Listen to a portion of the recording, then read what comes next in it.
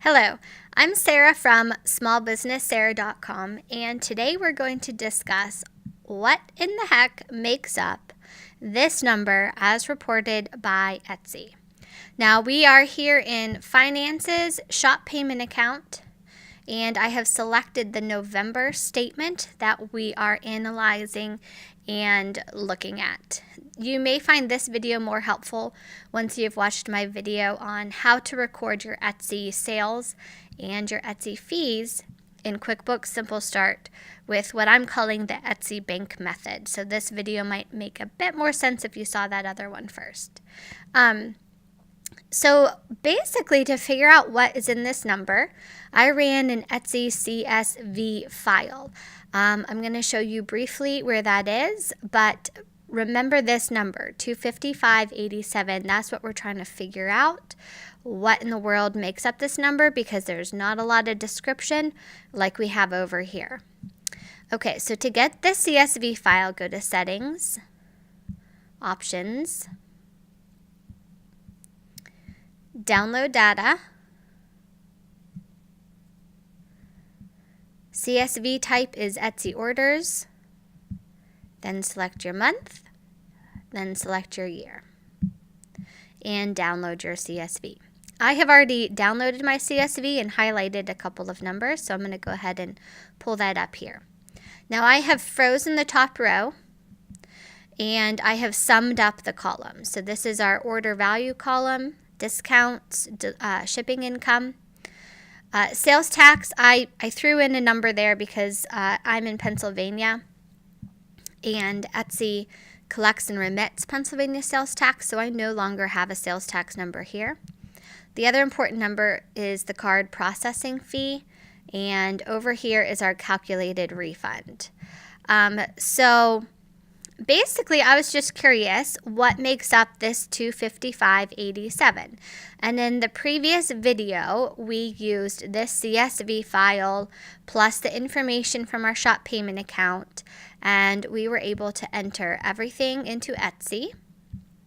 Not Etsy, QuickBooks, sorry. And this is our profit and loss statement that we have for the month of November in QuickBooks Simple Start. There's a link to QuickBooks below. And you see we've got our sales income, discounts, shipping income, refunds. And then down here is that order processing fee. Like I said, this will all make more sense if you watch the Etsy bank method video. So, I could see that the number that Etsy would report might be this number. Income, less discounts, plus shipping income, less refunds. Okay, or maybe even this number less the order processing fee. That would have been about $245 or so. But neither of those numbers are what Etsy is reporting. So, excuse me, I wanted to dig a little deeper. We confirmed the refund amount with a Etsy order, I think order sales. CSV file. That's covered in the other video as well. So basically we had a $10 refund, which I calculated here. That's another way to do it. Also covered in the other video, which reduced the amount of the card processing fee. So it was $15.73, but after the refund of 30 cents, Etsy charged us $15.43 in card processing fee.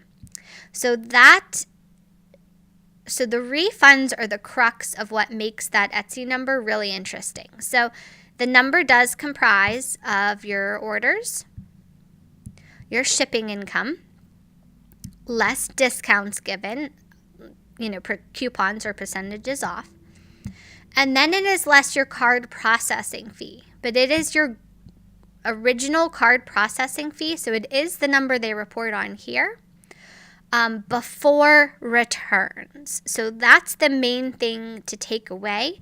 The number reported on Etsy does not reflect any refunds that you have given. So in our month of November, we refunded somebody $10, and Etsy then refunded us 30 cents of the card processing fee.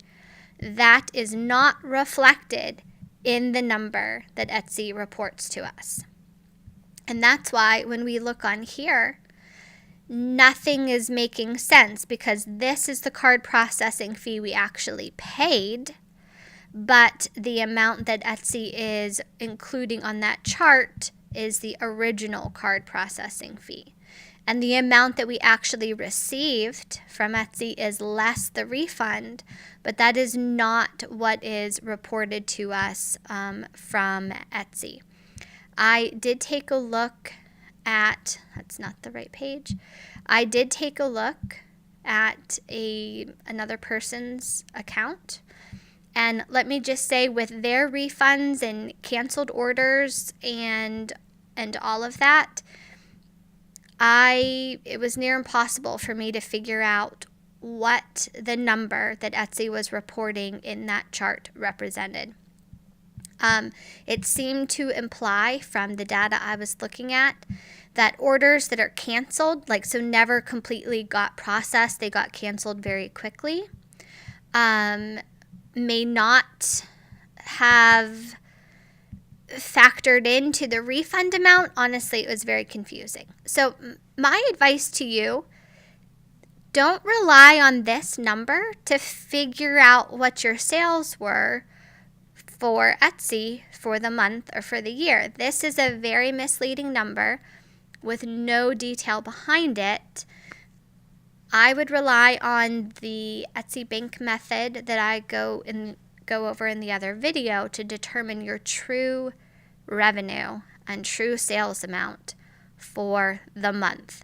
One thing I do not know is I do not know if this number includes sales tax or not, because like I said, I don't have sales tax that I'm collecting any longer since I'm in Pennsylvania. So your number may or may not include sales tax. I could not determine that. So I hope that's helpful. Just keep in mind that this number here that Etsy is reporting, if you pull your CSV file, it's the orders, less discounts, plus shipping, and less this original order processing fee. It does not take into consideration refunds or refunds of fees to you. So use that number that Etsy gives you at your own risk. Thanks for watching. If you found this helpful, I'd appreciate a subscribe. And if you need more information about bookkeeping or accounting for your small business, head on over to smallbusinesssarah.com or take a look at my other videos. Thank you very much.